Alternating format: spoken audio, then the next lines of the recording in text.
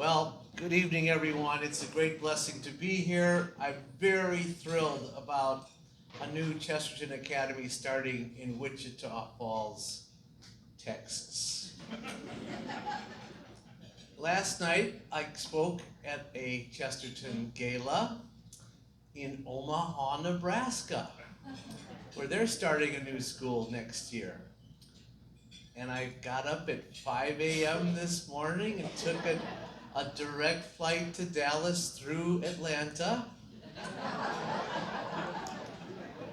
And then drove however long that is, those 100-some miles from Dallas to be with you this evening. And I get here and Charlie gives my whole talk for me.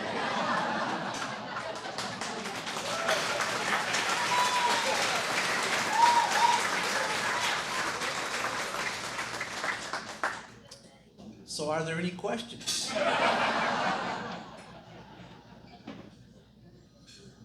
All right, so the idea of starting to speak while you're still eating was that to get the thing back on schedule. So you have to make some obscene gestures when I'm supposed to stop speaking, okay? So that'll be the plan.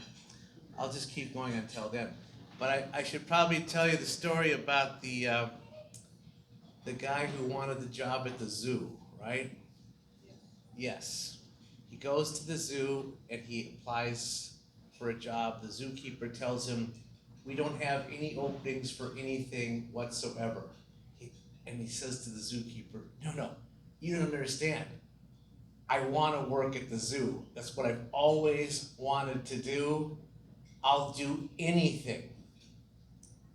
And the zookeeper says, "Anything?" "Yeah. Well, our gorilla just died. It was our major attraction. And until we can get a new gorilla, we need to keep the gates open, and we need someone to portray a gorilla." He said, "I can do that." It's okay. There's the monkey suit. Put it on. You start right now.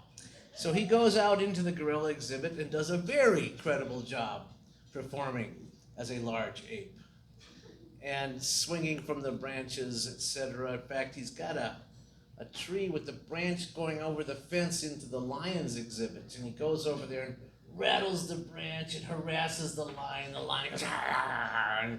And the crowds love it. They line up. The attendance at the zoo actually increases. So one day he's out there on the branch overhanging the lion exhibit. And you know what happens next, right? So the branch breaks. He falls into the lion's exhibit. The crowd just turns, ooh, and all, and they're pressing their faces up against the fence like this, because they want to see blood. And the lion's coming closer and closer to him, and he's looking at the crowd, he's looking at the lion, and finally he just goes, "Help!" And the lion says, "Shut up or we'll both get fired."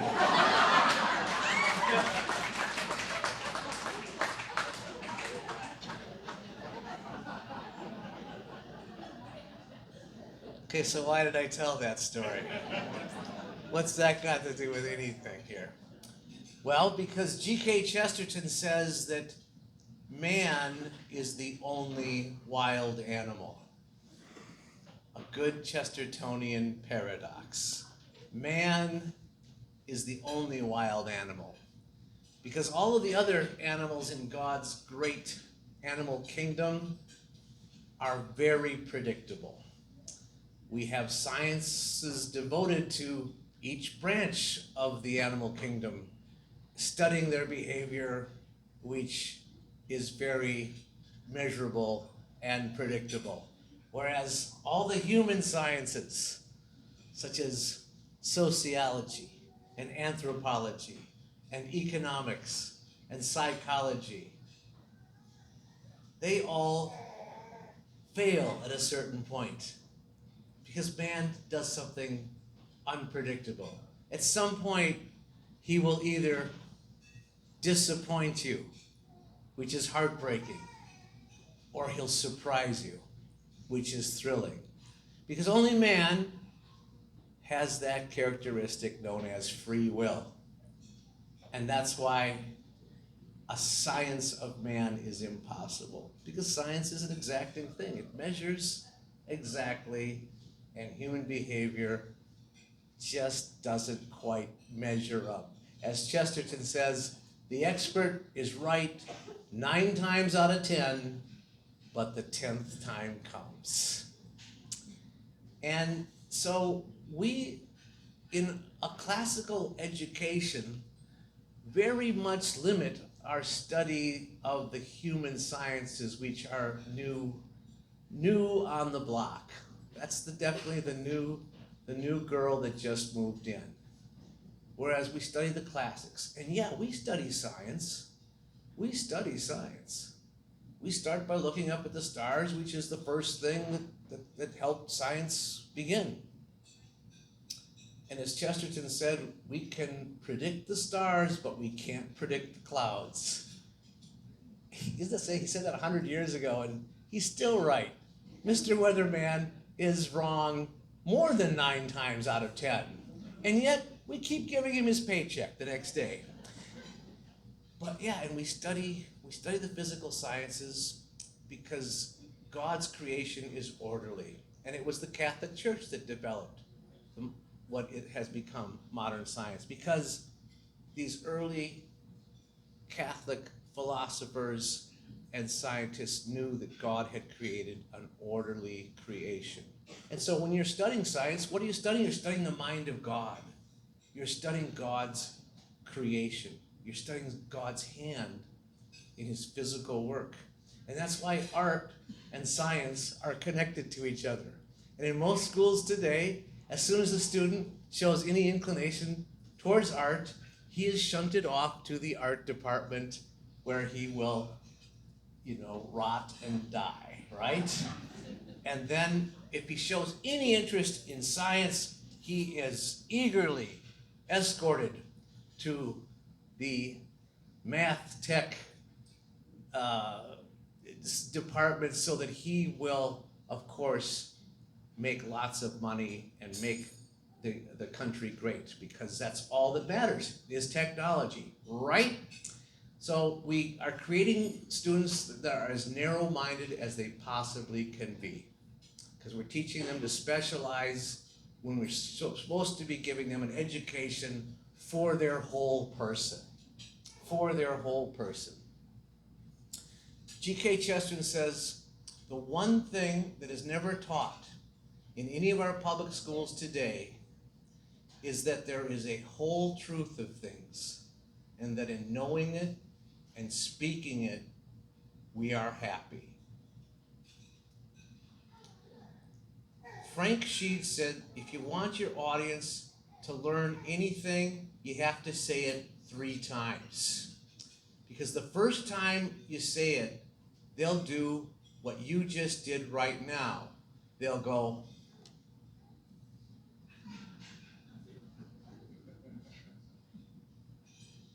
so you have to say it again. Because the second time you say it, they'll go, I've heard this somewhere before. And then the third time you say it, they'll go, this guy is pretty smart. He thinks the same way I do. Here comes the second time. The one thing that is never taught in any of our public schools is this, that there is a whole truth of things, and that in knowing it and speaking it, we are happy. We have to teach the whole truth. If we don't teach the whole truth, we are absolutely cheating our students. In fact, if we don't teach the whole truth, we end up teaching none of the truth. And that's the problem with our schools today throughout this country. Everyone knows that there is a crisis in education right now, a huge crisis, and it's affecting our culture. It's probably the #1 detrimental effect on modern culture today is the state of education. Our students are simply not learning anything because we can't teach them the whole truth of things. And if we taught them the whole truth of things, they would become good thinkers. But it's not just teaching them the truth, it's teaching them how to express it. That in knowing the truth and speaking it, they are happy. Every school today is experiencing a huge problem with teenage depression. It's a gigantic problem. It's throughout the whole country right now. Chesterton nails the reason right now. It's because we don't teach the whole truth, and we don't teach them how to express the whole truth, because in knowing it and speaking it, they are happy. To be able to know the truth and express it makes someone joyful. When you walk through the halls of a Chesterton Academy throughout the country, the ones that have been up and operating for a while, the first thing everyone notices when they walk through the halls is laughter. That these students are joyful. You got a little taste of it right tonight from Charlie, who just only can do it through the computer, but that joy is still there. It's still there because that's what these students are missing everywhere else. Because they're missing the whole truth of things. In knowing and speaking. That's why we emphasize the arts. Yeah, we teach science and math, and we have a rigorous program. It's very important. But yeah, we teach history and literature and show how they're connected. Just go flip back in your head and listen to Charlie's talk again in your head, because she talks about all the things that we study. But because we also emphasize the arts, it's one of the things that really sets our school apart. It's very appropriate that we're in an art gallery tonight. By the way, I spoke at a Chesterton Gala at Salt Lake City a few weeks ago, and that gala was also in an art gallery, so that was very fitting. But we teach art. We teach students how to draw and paint, all of them. It's not an elective. They all are required to draw and paint, and by their 4th year, with this instruction program that we've developed, they're painting oil masterpieces. It's just stunning. It makes their parents cry. There's nothing better. They all learn how to sing. And they all get up on stage and act. It's a requirement. It's not elective. It's not an after-school activity. My wife, who runs the drama department at our school back in Minneapolis, she also runs the drama department at our home.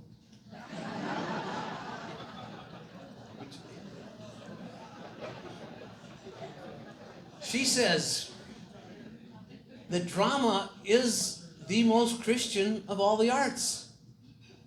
It's the most Christian of all the arts because it's about dying to yourself and rising again as a new creature that a greater author has made you to be.